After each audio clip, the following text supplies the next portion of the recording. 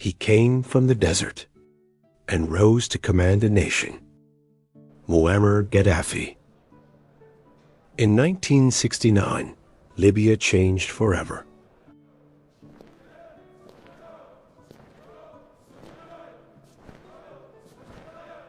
A young officer moved in silence. The monarchy was caught unprepared. King Idris was away. The army stepped forward.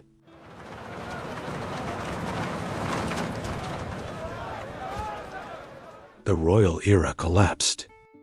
Muammar Gaddafi seized power. He was only 27 years old. Libya had entered a new age. He called it a revolution. He promised dignity for Libya.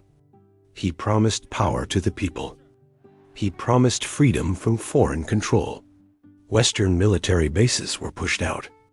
Oil became Libya's great weapon. The desert nation became rich. Gaddafi redirected oil wealth inward. Libya began to transform.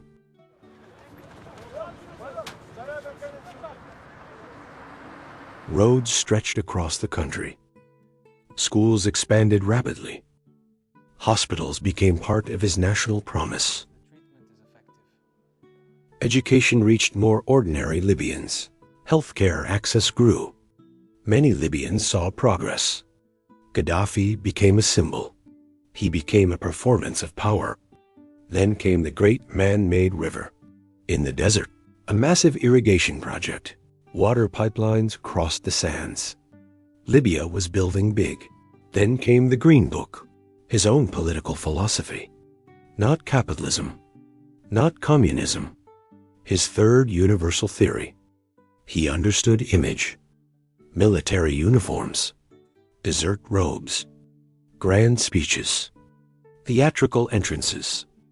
He wanted to be unforgettable, and he succeeded. He claimed the people would rule, but power remained close to him. Gaddafi built Libya.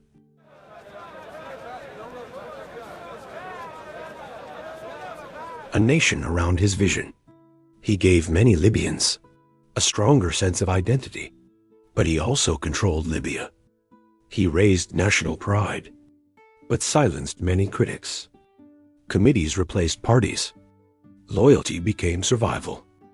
Dissent became dangerous. But power soon brought enemies. Gaddafi challenged foreign powers openly. Egypt, Chad, Israel, America, Britain. Tensions grew. Libya entered a dangerous era. Border wars drained the nation. Washington saw Gaddafi as a threat. Sanctions tightened. April 5, 1986, a bomb shattered. The La Belle discotheque. Libya was blamed. April 15, 1986, Operation El Dorado. Canyon struck Libya in retaliation by U.S. Gaddafi survived. Libya stood alone under pressure. The Lockerbie bombing changed everything. Pan Am Flight 103 shocked the world. Libya was accused. The UN imposed sanctions. Utah Flight 772 bombing added more pressure. Gaddafi denied responsibility.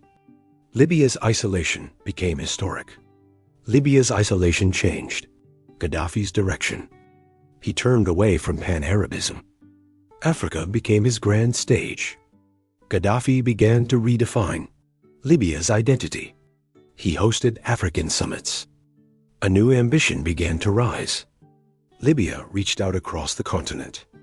Aid deals and partnerships multiplied. In 1999, Libya joined CENSAD. Gaddafi spoke against colonial influence and pushed Africa to reject conditional foreign aid. He dreamed of a United States of Africa. Gaddafi became a founder of the African Union. He wanted one passport for all Africans, one army, one currency. Some praised his vision. Others feared his rule. Admiration and anger followed him. Then the Arab Spring arrived. In 2011, Libya erupted. streets filled with anger. Down with the dictator! What began as protest became rebellion.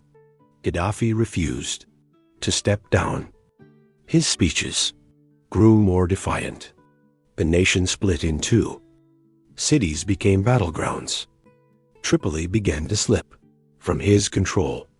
The symbols of power started falling. Portraits were torn down. Gaddafi's empire was collapsing. The ruler became a fugitive. His final refuge was Sirte. In October 2011, Gaddafi was captured.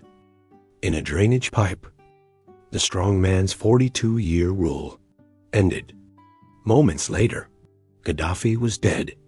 The world watched, in shock. The dictator was gone, but the silence after him was terrifying. Celebration quickly met confusion. Triumph faded into uncertainty. The old fear ended. A new fear began. For some, his death was justice. For others, it was the door to chaos. The state began to unravel. Weapons outlived the war. Militias filled the vacuum. The dream of freedom grew complicated. The revolution had won, but the nation was still bleeding. Gaddafi gave Libya power. He also left it wounded. His era ended, but his shadow did not.